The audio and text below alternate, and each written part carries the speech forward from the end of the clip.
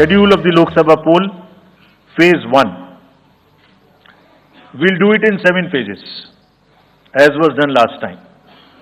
7 phases.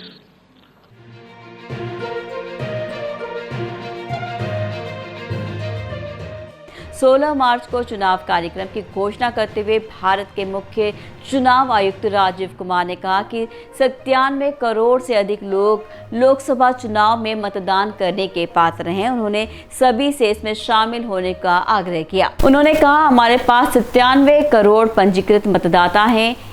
1.5 crore कर्मियों द्वारा संचालित 10.5 लाख से अधिक मतदान केंद्र और 55 लाख ईवीएम हैं। उन्होंने कहा कि 97 करोड़ मतदाताओं में से 49.72 करोड़ पुरुष और 47.1 करोड़ महिलाएं हैं। इस बार चुनाव आयोग द्वारा चुनाव की घोषणा से लेकर वोटों की गिनती तक चुनावी प्रक्रिया के दिनों की कुल संख्या 82 दिन है। चुनाव की लंबी अवधि के बारे में पूछे जाने पर कुमार ने कहा कि तारीखें क्षेत्र की भूगोल और सार्वजनिक छुट्टियों, त्योहारों और परीक्षाओं जैसे अन्य कारकों के आधार पर तय की जाती है।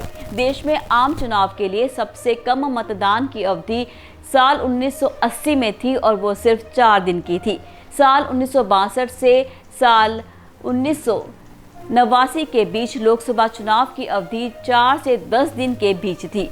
सबसे छोटा चुनाव 1980 में हुआ 3 से 6 जनवरी तक।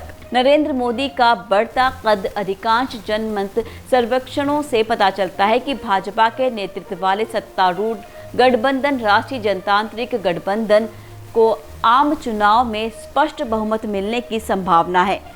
एक ऐसी जीत जो नरेंद्र मोदी के लिए एक आरामदायक तीसरा कार्यकाल सुनिश्चित करेगी। पिछले साल जुलाई में विपक्षी दलों ने घोषणा की थी कि सत्तारूढ़ सरकार से मुकाबला करने के लिए उनका गठबंधन को INDIA इंडिया कहा जाएगा।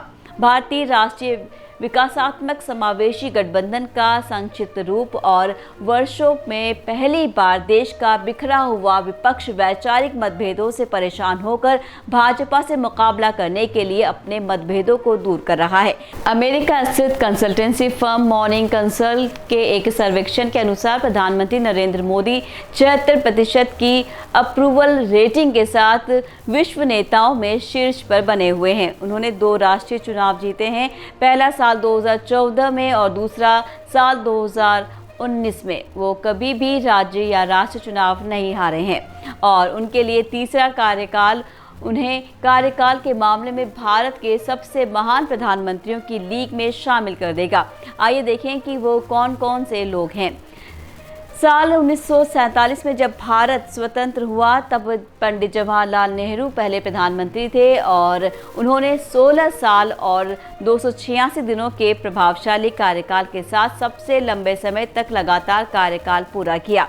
साल 1964 में पद पर रहते हुए उनकी मृत्यु हुई। उनकी बेटी इंदिरा गांधी ने 1967 और 1971 में जीत हासिल की। उन्होंने 1975 में आपातकाल लगाया और फिर 1977 का चुनाव हार गई। हालांकि वो 1980 में सत्ता में लौटी और 1984 में प्रधानमंत्री के रूप में कार्यकाल के समय ही उनकी हत्या कर दी गई।